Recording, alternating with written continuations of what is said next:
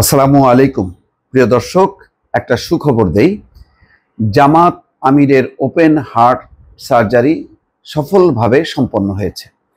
এটা নিয়ে গতকালকে থেকে টেনশন ছিল। উনি ইউনাইটেড হসপিটালে তাকে ভর্তি করা হয়েছে বাংলাদেশে, এবং আজকে সকালে তার ওপেন হার্ট সার্জারি সফলভাবে সম্পন্ন হয়েছে। এটা বেশ ক্রিটিক্যাল ছিল, একটা না দুইটা না 5টা ব্লক ছিল। ফলে ওপেন হার্ট সার্জারিতেই যেতে হয়েছে ওনাকে। ওনার যে বয়স, তার শরীর স্বাস্থ্য সব মিলায় গত কিছুদিন থেকে ভালো যাচ্ছিল না। তারপরেও কিন্তু তিনি একেবারে ঘরবদ্ধ ছিলেন তা না। মাইলস্টোনের সেই ট্র্যাজেডির পর তিনি ছুটে গেছেন সেখানে অসুস্থ শরীর নিয়ে, এবং তার আগে দেখেছেন মহাসমাবেশে তিনি কিভাবে পড়ে গেছেন, 2 দফা চেষ্টা করে দাঁড়াতে পারেননি। পরে তিনি স্টেজের উপরই বসে বসে বক্তব্য শেষ করেন, এবং এটা সাংঘাতিক রকম সর্বমহলে প্রশংসিত হয়েছে। তারপর থেকেই ধারণা করা হচ্ছিল যে তার নিশ্চয়ই এমন কোনো পরিস্থিতি শরীরের যেটা তার অপারেশন দরকার। দেখেন,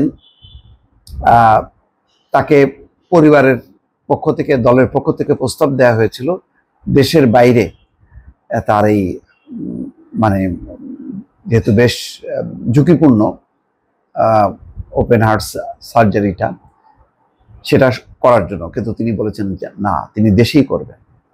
এবং দেখেন, একটা কত, যদি তিনি দেশপ্রেমিক না হতেন তাহলে কিন্তু তিনি চলে যেতেন। এর থেকেও অনেক ছোটখাটো অসুস্থতা নিয়ে আমাদের রাজনীতিকরা, আমাদের মানে কি বলে, সুশীল সমাজের প্রতিনিধি বলি, যাই বলি না কেন, ধনবান, অর্থবান বা ক্ষমতাবানরা দৌড় দেন। আপনি দেখেন, এক ওবায়দুল কাদের মনে আছে, তার ওপেন হার্ট সার্জারির পর প্রতি মাসে মাসে 1 মাস 2 মাস পর পর তিনি সিঙ্গাপুরে যেতেন এবং ব্যয়বহুল সেই চিকিৎসা নিতেন সরকারি খরচে।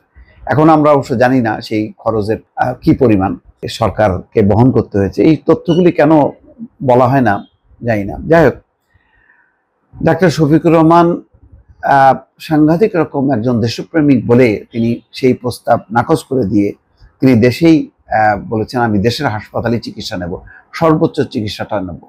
এবং ইউনাইটেড হসপিটাল, আপনারা জানেন যে অত্যন্ত নামকরা একটা হসপিটাল, সেই হাসপাতালেই তিনি চিকিৎসা নিয়েছেন এবং তার ওপেন হার্ট সার্জারি সফলভাবে সম্পন্ন হয়েছে। শনিবার 12:30টার দিকে রাজধানীর ওই হাসপাতালে তার মানে অপারেশন হয়।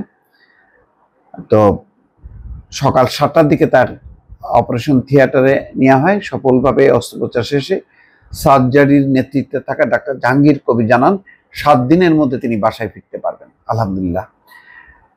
গত 19শে জুলাই রাজধানীর সরদি উদ্যানে মানে বক্তৃতা দেওয়ার সময়ই তিনি পড়ে যান, এবং তারপরেই ধরা পড়ে যে তার হার্টের এই সমস্যাগুলো।